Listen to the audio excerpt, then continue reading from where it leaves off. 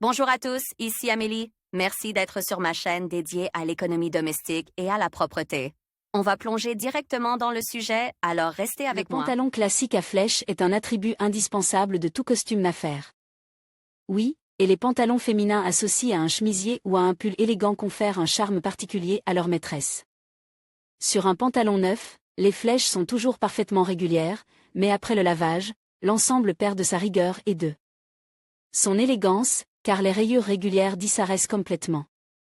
Essayons de les faire réapparaître tout en évitant de laisser des endroits brillants sur le tissu.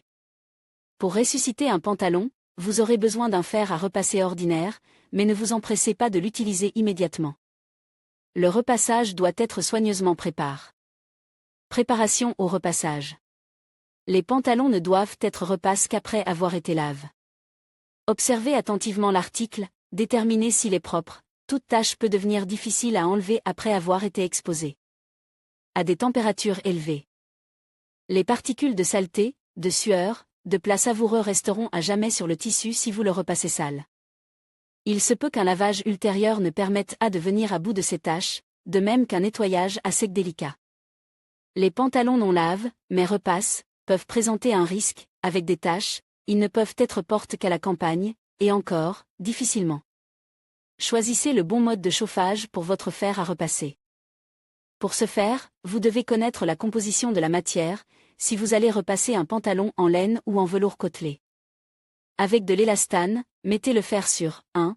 En revanche, les pantalons en lin ou en coton s'alignent parfaitement à une température plus élevée. Vous devez d'abord repasser votre pantalon sur l'envers, surtout s'il s'agit d'un velours côtelé ou d'un costume, mais pas d'un pantalon en lin, donc retournez-le avant de le repasser. La semelle du fer à repasser doit être absolument propre, pas de brûlure. Et pour éviter que le tissu du pantalon ne devienne riant, essayez de repasser le pantalon par l'avant en plaçant une buse en plastique fluorée sur la semelle du fer à repasser. Si vous ne disposez pas d'un tel appareil à la maison, préparez de la gaze ou un tissu fin en coton. Les pantalons en cuir ne peuvent être repassés que par le dessous et à l'aide d'un chiffon ou d'un papier humide. Utilisez un générateur de vapeur pour hydrater les tissus si vous souhaitez une solution rapide et facile. Si vous n'en avez pas à la maison, préparez un pistolet à peinture. Un tissu mouille s'étale mieux et ne brille pas après le repassage. Les informations relatives à la composition du tissu et au mode de repassage figurent sur l'étiquette, qui est généralement cousue sur le produit, sur l'envers. Le processus lui-même. Vous pouvez maintenant disposer la table à repasser et, si vous n'en avez pas à la maison, couvrir la table avec une couverture. Veillez à ce que le tissu dont vous avez recouvert la table ne soit pas pelucheux, car sous l'effet du fer à repasser, les petits fils collent parfaitement au pantalon. Il est préférable de repasser les pantalons d'homme dans l'ordre suivant, mettez-le à l'envers, commencez à repasser la ceinture. La doublure, occupez-vous ensuite des poches, passez la semelle du fer sur le pantalon de haut en bas. Il faut maintenant lisser le tissu sur le devant, tendez la jambe du pantalon sur la planche à repasser, à travers une gaze humide. Repassez-la d'un côté, puis de l'autre, en tournant la jambe du pantalon autour de la planche. Veillez à ce que la gaze que vous utilisez comme protection soit toujours humide, vaporisez-la périodiquement avec un pistolet. Lorsque le tissu est lisse, passez aux flèches. Pliez le pantalon de manière à ce que les coutures intérieures et latérales soient symétriques. Les deux lignes de pliage sur le tissu sont les futures flèches. Essayez de ne pas bouger le tissu.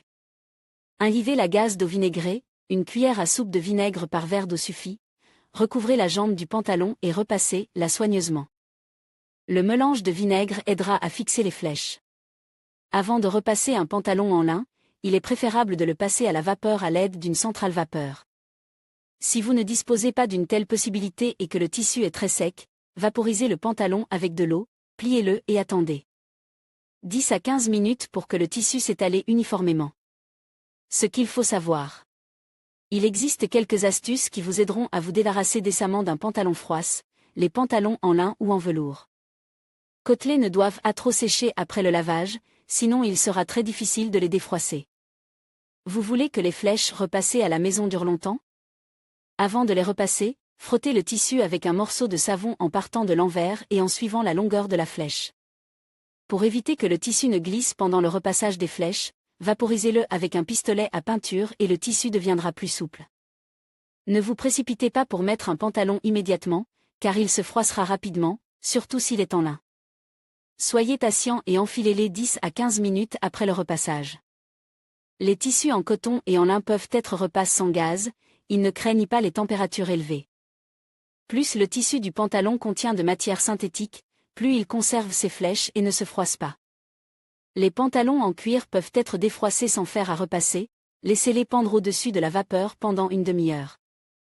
Puis séchez-les à l'abri de la batterie.